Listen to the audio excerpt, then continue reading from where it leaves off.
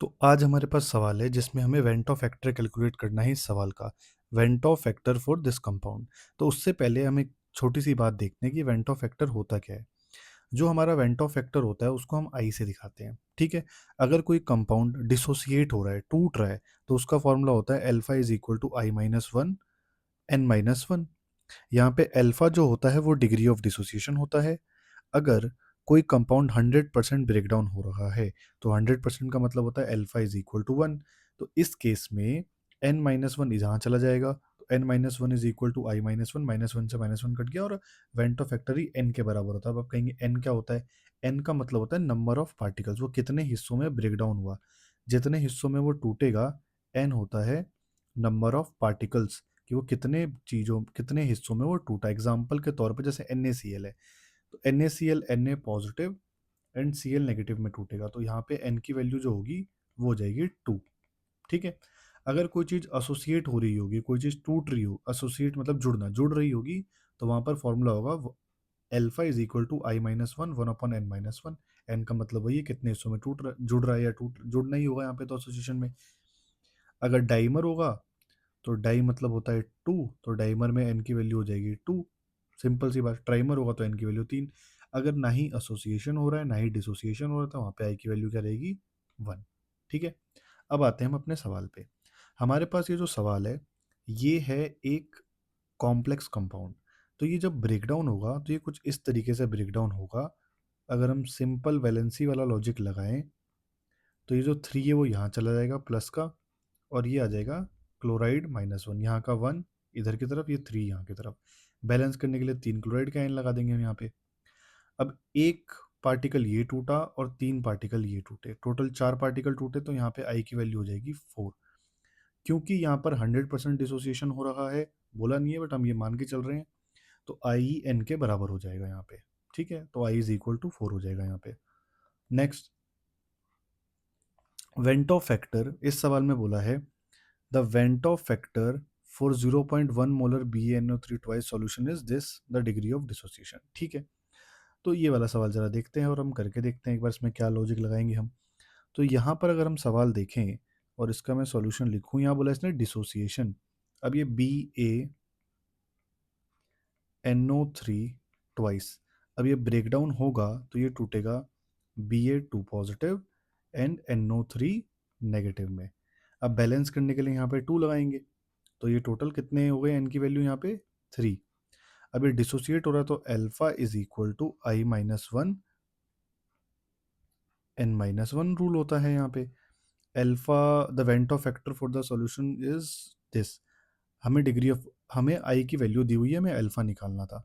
आई की वैल्यू दे रखी है 2.74 माइनस वन, और नीचे आएगा हमारा थ्री माइनस वन। तो जवाब आ गया हमारा अल्फा का 2.74 में से हम वन माइनस करेंगे तो 1.74, और नीचे आ जाएगा टू।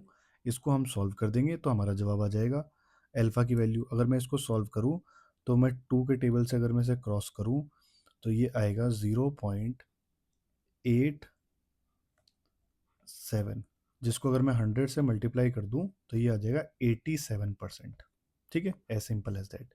नेक्स्ट सवाल है van't factor i for a aqueous solution of Na2SO4 having 75% dissociation. तो मुझे यहाँ पर वेंटो फैक्टर निकालना है, जबकि मेरे को अल्फ़ा की वैल्यू दी हुई है 75%। अल्फ़ा 75% का मतलब हम अल्फ़ा 0.75 भी मान सकते हैं। ठीक है। हमें आई निकालना है, तो अल्फ़ा का फॉर्मूला होता है डिसोसिएशन केस में i minus one n minus one. Alpha दे रखा है 0.75, आई मुझे निकालना है।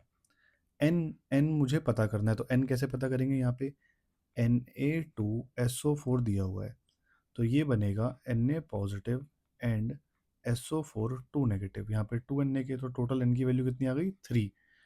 तो यहाँ पे थ्री माइनस वन, तो ये है 0.75 is equal to i minus one, नीचे आ गया टू, ये इधर मल्टीप्लाई होगा, तो ये मल्टीप्लाई होगा तो ये आ जाएगा 1.5 is equal to i minus one, ये माइनस का इधर आगे प्लस हो जाएगा, तो ये हो जाएगा 2.5। तो आई की वैल्यू कितनी आ गई, 2.5। ठीक है। अब देखते हैं अगला सवाल। अगला सवाल है हमारे पास which of the following salt has the same value of van't Hoff factor i as that of this compound. तो यहाँ पे अज्यूम कर रहा है कि 100% डिसोसिएशन हो रहा होगा, तो ये कितने टुकड़ों में टूटेगा जरा देखते हैं हम।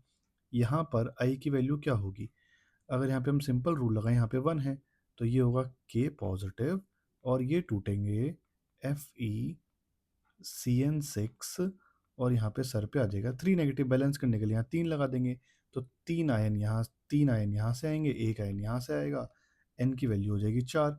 देखते हैं n की वैल्यू 4 और किस में है। यहाँ पर अगर हम देखें Al2SO4, तो यहाँ पे 2 ये 3 ये, तो ये जब ब्रेक डाउन होगा तो ये होगा Al3 plus and SO4 2 minus. अब क्योंकि बैलेंस करना पड़ेगा हमें, एल्यूमिनियम के 2 आयन थे, इसके 3 थे, तो यहाँ पे n की वैल्यू 5 आ गई, वही इसकी आई की वैल्यू है, ये तो यहाँ पे आई की वैल्यू 5 आ रही है, तो ये जवाब तो हमारा नहीं होगा। NaCl, NaCl टूटेगा तो Na पॉजिटिव Cl नेगेटिव, यहाँ पे आई की वैल्यू कितनी आ रही है 2, तो ये भी जवाब नहीं होगा। सी ऑप्शन देखते हैं, सी ऑप्शन जो है हमारा टूटेगा Na positive SO4 2 minus, balance करने के लिए 2 लगाएंगे, यहाँ पे आई की वैल्यू आ रही है 3, तो ये भी हमारा जवाब नहीं है। आखिरी वाला ऑप्शन देखते हैं, ये टूटेगा जब हमारा, तो ये बनेगा Al3 प्लस एंड नाइट्रेट -1। यहाँ पे 3 एल्यूमिनियम के नहीं आएंगे, 3 नाइट्रेट के आयंस आएंगे, क्योंकि यहाँ 3 लिखा हुआ है, तो यहाँ पर मैं 3 लिखूंगा क्योंकि यहाँ 3 थे, तो यहाँ पे आई की वैल्यू आ जाएगी 4, एक यहाँ से और 3 आयन यहाँ से, तो ये हमारा जवाब हो जाएगा। ठीक है, तो इसका जवाब है ऑप्शन नंबर डी।